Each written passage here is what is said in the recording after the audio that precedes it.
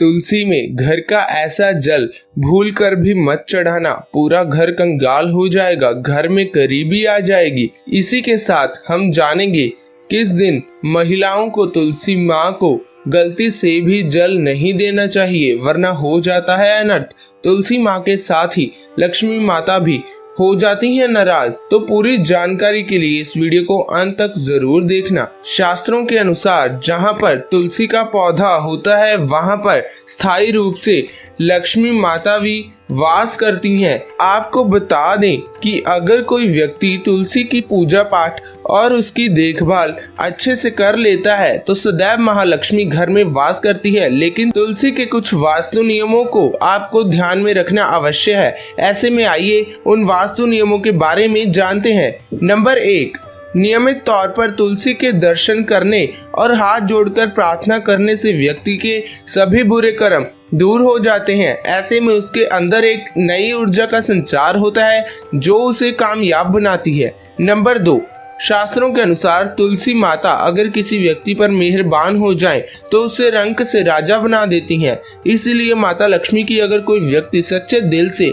पूजा पाठ करता है उसे उसका फल अवश्य मिलता है। नंबर 3, तुलसी के पौधे में प्रतिदिन पूजा पाठ करने से और शाम के समय में दीपक जलाने से व्यक्ति की सभी इच्छाएं पूरी होती हैं। नंबर 4, यदि आपका कारोबार कम चलता है या फिर पूरी तरह से ठप हो गया है तो ऐसे में आप परेशान ना हो। हर शुक्रवार के दिन तुलसी के पौधे में कच्चा दूध चढ़ाते रहें, आपकी परेशानी जल्द ही दूर हो जाएगी। तुलसी माता अपने भक्तों को कभी भी निराश नहीं करती। नंबर 5, जहाँ पर अस्थायी रूप से तुलसी में दीपक जलता है वहाँ पर भूत प्रेत आत्मा उस घर में भटकती भी नहीं है, बल्कि जिस घर में तुलसी का पौधा लगा होता है उस घर से नकारात्मक ऊर्जा कोसों दूर रहती है। नंबर 6, अगर आपके घर में पैसों की तंगी रहती है और जमा पूंजी धीरे धीरे खत्म होती जा रही है तो ऐसे में आप तुलसी का पौधा उसी वक्त घर पर जरूर ले आएं और नियमित रूप से उसकी पूजा करें और देखें तुलसी माता का चमत्कार। नंबर 7, 100 गुना फलों की प्राप्ति के लिए विष्णु भगवान की पूजा में तुलसी का बहुत ही महत्व है। कहते हैं अगर आपके पास भगवान को चढ़ाने के लिए कोई भी भोग ना हो तो केवल तुलसी का पत्ता चढ़ा दें, वह प्रसन्न हो जाते हैं। वैसे तो प्रत्येक देवी देवता की पूजा में तुलसी दल का प्रयोग किया जाता है, लेकिन भगवान शंकर और गणेश की पूजा में तुलसी का प्रयोग नहीं किया जाता। नंबर 8, अगर आपके बच्चे को किसी की बुरी नजर लगी है तो उसे बचाने के लिए तुलसी के 7 पत्ते और 7 काली मिर्च मुट्ठी में लेकर बच्चे के सर से पैर तक उतार कर घर के पीछे की ओर रख दें, सब ठीक हो जाता है। यह आपको क्लॉकवाइज डायरेक्शन में घुमाना है, यानी घड़ी की दिशा की ओर उतारना है। नंबर 9, परेशानी को दूर करने के लिए और बीमारी को दूर भगाने के लिए शाम होने से पहले 4-5 तुलसी के पत्ते तोड़कर अपने तकिए के नीचे सोने से पहले रख दें और सुबह उठकर कुछ पत्ते खा लें। धीरे धीरे आपकी सारी समस्याएं खत्म हो जाएंगी। ऐसे में बचे हुए पत्ते फिर से तकिए के नीचे रखकर सो जाएं और सुबह उठकर फिर से खा लें। यह नियम अपनाएं और देखें चमत्कार। नंबर 10, ज्योतिष शास्त्र के अनुसार कहा जाता है कि तुलसी की माला पहनने से बुध और गुरु ग्रह बलवान हो जाते हैं। ज्योतिष के अनुसार यह भी कहा जाता है कि तुलसी माला पहनने से सभी सुखों की प्राप्ति होती है और कोई बुरी नजर भी नहीं लगती।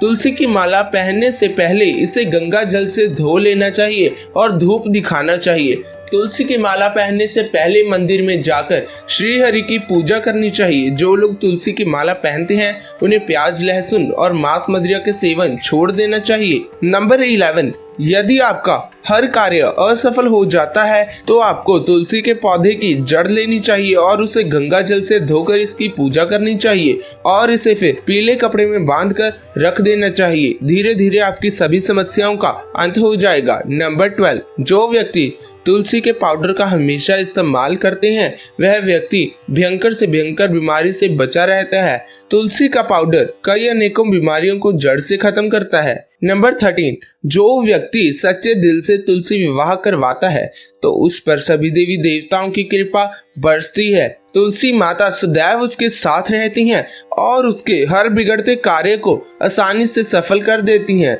नंबर 14, तुलसी को कौन सी दिशा में रखें, आइए जानते हैं। वास्तु शास्त्र के अनुसार तुलसी का पौधा लगाने के लिए उत्तर दिशा या उत्तर पूर्व और पूर्व दिशा सबसे उत्तम है। नंबर 15, तुलसी का पौधा घर पर लाएं तो सिर्फ बृहस्पतिवार के दिन ही लाएं और सुबह के समय में ही लगाएं, और गलती से भी तुलसी के नीचे शिवलिंग या गणेश की प्रतिमा ना रखें। इस विशेष बात का भी ध्यान रखें कि तुलसी पर कभी भी गंदा या शुद्ध जल नहीं चढ़ाना चाहिए।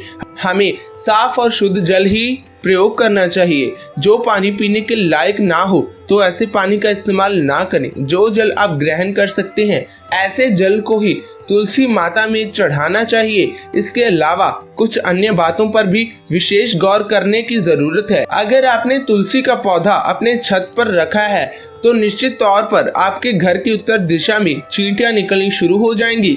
घर की उत्तर दिशा में कहीं ना कहीं दरारें पड़नी भी शुरू हो जाएंगी। जिनके घर में तुलसी का पौधा नहीं होता वहां पर कबूतर अपना घोंसला बना लेते हैं। इसे बुरे केतु की निशानी माना जाता है।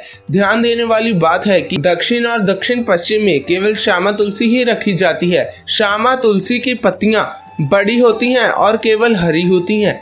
इसे तुलसा जी भी कहते हैं। तुलसा जी को दक्षिण दिशा में रखने से वास्तु दोष दूर होता है। और दोस्तों, तुलसी को घर की छत पर रखा शुभ नहीं माना जाता। अगर आपके पास तुलसी जी को रखने के लिए छत के सिवा कोई जगह नहीं है तो एक विशेष उपाय करें। तुलसी को कभी भी अकेले ना रखें, हमेशा उसे केले के पौधे के पास रखें। दोनों को बिल्कुल एक साथ में रखें और इन्हें मौली से बांध लें। इससे आपको वास्तु दोष की हानि नहीं होगी। सबसे ज्यादा जो महिलाएं सवाल पूछना चाहती हैं वह ये है कि क्या मासिक धर्म के दौरान तुलसी की पूजा की जा सकती है? क्या महिलाएं मासिक धर्म के दौरान तुलसी में जल चढ़ा सकती हैं या नहीं?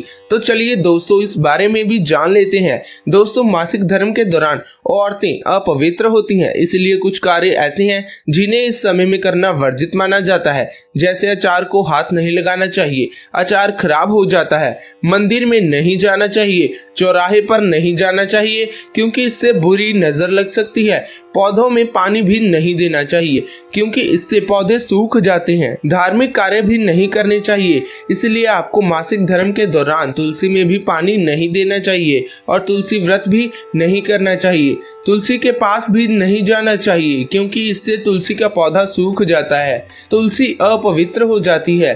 तुलसी की पवित्रता का खास ख्याल रखना चाहिए। मासिक धर्म के चौथे दिन स्नान करने के बाद ही आपको धार्मिक कार्य करने चाहिए। दोस्तों, अगर यह वीडियो आपको अच्छी लगी हो तो इस वीडियो को लाइक, शेयर और इस चैनल को सब्सक्राइब कर दें और मिलते हैं अगले वीडियो में। आप सभी का बहुत बहुत धन्यवाद।